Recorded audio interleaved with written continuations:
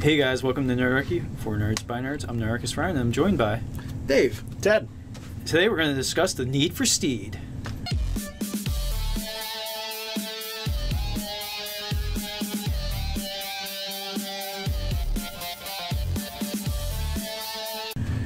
Jump down in the description below where you can find Nerdarchy, the newsletter. Learn how to game with Nerdarchy as well as get weekly tips. So those mounts, how about them?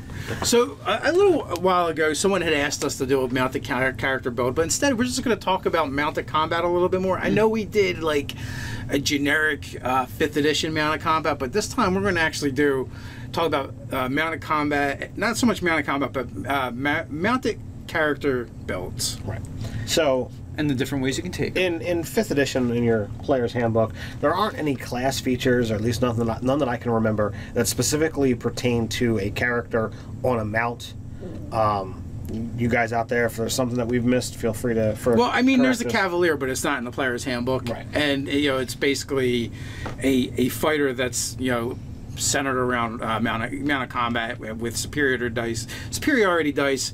But I didn't really particularly like that archetype that much. It wasn't that interesting. It was a modified battle master, which the battle master would make a decent mounted combatant.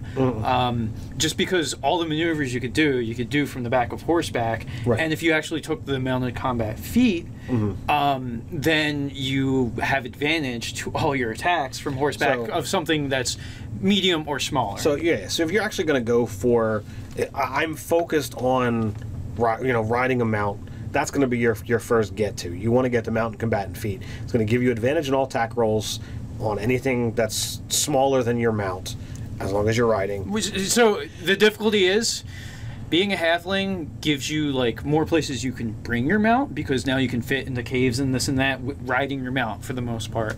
Or a gnome. But you're going to wind up not maximizing on. You're not going to, unless you're trying to skewer pixies and sprites, which I mean, for fun and profit, why not? Goblins and kobolds, if you're riding a medium animal. Yeah, so that's a thing. Like, you need a steady supply of the enlarged spell. Right. Yeah, there you go. So the other thing is, it's going to give your mount evasion, and any attack that's focused on your mount, you can force them to attack yourself instead. Now, typically as a player character, you're probably going to have a better armor class than your mount, and you want to keep that mount alive, so having it come to you as opposed to the mount is probably going to save the mount's life. Plus, isn't it that if they make when they make dexterity saving throws, that it's almost like they have evasion? Yeah, that's what I said. Yeah, okay. It basically gives them evasion. So I'm kind of picturing a small human, small character like a halfling or a gnome with a mount that's kind of like always twitching because it's always hopped up on a large spells. It's kind of like a habit. It's like it's angry, void raging all the time. So the other thing that would really make mounts spectacular is the paladin spell Find Steed. It's a lot better than Phantom Steed, which gives you a mount for an hour. This allows you to create a creature essentially that it bumps the intelligence if it's already lower. If it's lower than 6, it bumps it to 6. Yeah. You can communicate telepathically if it's within a mile of you. You can if it dies, or you can just cause it to go away with a thought, and when you recast the spell, it brings that mount back, and its hit points are at maximum. It's only a 2nd level spell. So what level paladin do you have to be to get that 4th? To get a 2nd level spell? We will find that. So while you're looking at that, one other thing to bring up about mounted combat is, if you're a rogue using mounted combat, you're going to sneak attack. I mean, it's easy to set up sneak attacks, but the mount all but ensures it, because you're attacking with advantage. You have that adjacent ally being your mount that you're on top of. So you're basically stabbing people in like the neck with your finesse weapon, and then just gouts of blood are happening. And maybe you have a white horse that becomes red zebra striped as you go about the battlefield. So it's 5th levels when you're going to get access to your 2nd level spell. All right, so that it's a little waiting. It makes it difficult, if you're going to Find Steed. But Find Steed is the superior mount that you're going to use. One is you have a little bit of flexibility in what that mount can be, depending on your DM. But the other thing, the other thing, and the most important thing is that mount has an intelligence of 6, making it an intelligent creature, meaning it acts independently.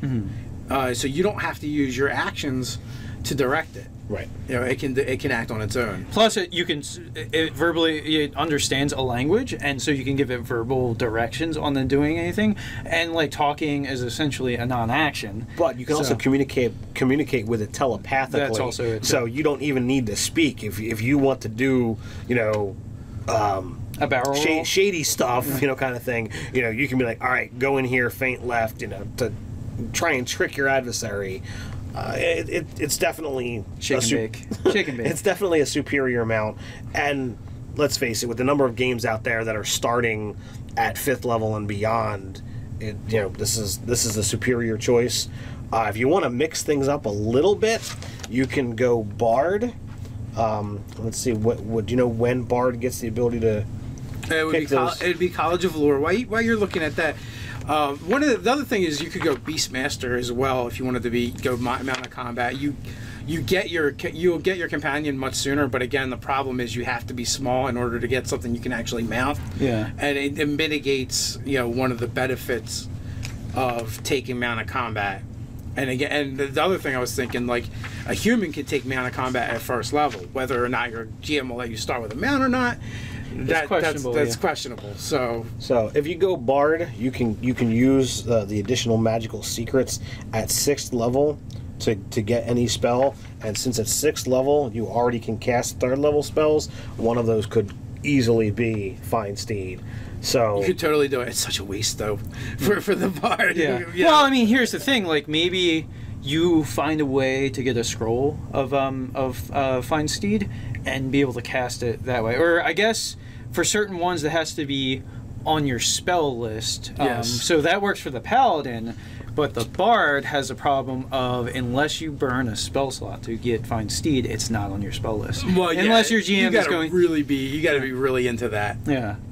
So that's. But I mean, if you're focusing your efforts on a mounted combat character, that's going to be worth your slot, because this is what you're doing. Now, I don't know how much the rest of the Bard fits with all of that. I know the Bard is incredibly useful and interesting. There's stuff that the Bard gets that could kind of emulate some of that leadership type stuff, especially being able to spread out that inspiration and knowledgeable. You know, people can look up to you because you're on a horse and you're above them. Yeah, clearly. Taking the words literally. So there's lots of useful things and options that you can do. You know, so Ryan pointed out this rogue. Bards and paladins can actually be able to get access to that Steed spell. Battlemeister fighter is very useful. It's slick. I mean, when you do, like, say if you're doing like a strafing attack of so stabbing something with a lance, but you can burn a superiority die to do a lunge, so you're not even like within. So they can't even attack you back. Yeah, they can't even attack you or your mount back as you're riding by. So you lunge at them. So the lance itself gives you reach, I believe, right? So yeah, and you extend that out another 5 feet. Is it only 5 feet? I thought you could do a lunge and it's like 15 feet. No, lunge only gives you another 5 feet of striking. Or what about from the most recent Unearthed Arcana, the Spearmaster? Oh yeah, if that mixed with it too. Yeah, for sure. Like, and that, you know, that's just a feat. So like you could get you could, I believe that can push you out to like a 15-foot reach, where most things aren't going to be able to reach you back if you don't want to worry about. So, human, 1st level you take mounted combatant. 4th level you take the spear. Well, or depending on your DM, right? You might want to take human 1st level spear mastery, and 4th level take take the mounted combat, because then you'll be actually closer. You can afford the you can afford a mount. Yeah, and spears are cheap. And also too, you want to get that mount barded to keep it like surviving, up its survivability chances as well. So having the coin for not only the mount but also the protection to keep it alive is pretty important too. And then you gotta seek like magic items that you can store that mount in, so that in those instances where you can't bring it with you. I don't want to go in the portable hole. Yeah, Yeah, or I mean, or like a cool amulet or figurine that it can be stashed or stowed away in. There's also what is it? The Saddle of the Cavalry, something like that. Saddle of the Cavalier or something. Oh yeah, that's the Saddle of the Cavalier. And that's what is it? So you can never be unmounted. Yeah, you can't be unmounted, and it gives. I think it gives you disadvantage to attack the mount. Oh, nice. Attacks against the mount as well. So that's a handy item to aspire to as well. Yes, that would be useful. So I guess that wraps it up. Like Bard, Paladin, Fighter, Battle Master. You could also you had brought up Ranger, just because Ranger if you're small. Well, yeah, and your Beast Companion is going to be way better than any mount you can get. Right. So it just kind of gets screwed on the hit points. Those are your options, and depending upon how you want to flavor the character, that's plenty of choices, and then of course you have the choice of what type of mount is going to fit those kind of characters. What are you going to ride? What is the DM going to allow? Are you going to? Yeah, I mean, this is definitely a conversation between you and the DM. But like, do you want to maybe get like a wild boar, like a big giant wild boar, or a lion, or a tiger, or a bear? Oh my! Well, it's funny because in Ted's campaign, my character has just picked up a unique mount. In my campaign, in several of my campaigns, Ryan has abused the hell out of the fine Steed spell.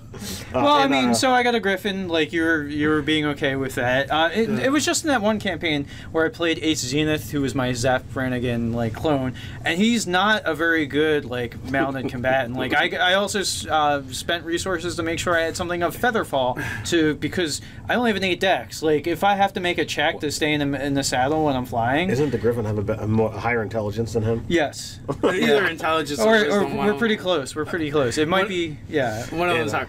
But no, it's not your only character. What other ones do I have with a mount? Your Paladin, Oath of Vengeance of the Beggar King. Oh yeah, he ended up with a scorpion. Yeah. Yeah. I don't remember that. At the very last session we played of it, towards the end, he actually summoned his mount out of copper coins and ale, I believe. Yeah. and summoned a giant scorpion, a derelict scorpion made out of copper coins. Yeah. Okay. I think his name was Copper. In Scott's game that we ran, his Aesion campaign, my paladin had a celestial lion. I thought that was kind of cool. Yeah, so you could do that. Ostriches, zebras, dinosaurs, all kinds of dinosaurs fun. are going to be tricky, but I'm certain there's DMs out there that are going to allow it. Well, I mean, dude, one of the best, most iconic. Well, I don't know. I guess it's not iconic, but one of my favorite images from D&D is the barbarian riding the Triceratops. That's pretty nice. Well, I mean, it was pretty fun too with the Eberron halflings riding those little, basically velociraptors. Yeah. So that was pretty cool. Small characters on essentially medium bipedal dinosaurs. Right. So that's kind of a neat thing to do as well. Absolutely. I mean, if your world can accommodate it and your GM's kind enough to let you do something like that, then rock it out. So what do you guys think? What is the awesomest mount you've ever had in your games? Do you have any cool mounted combat stories? Put them down in the comments below. While you're at it, like, share, even subscribe. Find us over on Snapchat. You can check us out at nerdarchy.com. So until next time, Stay nerdy.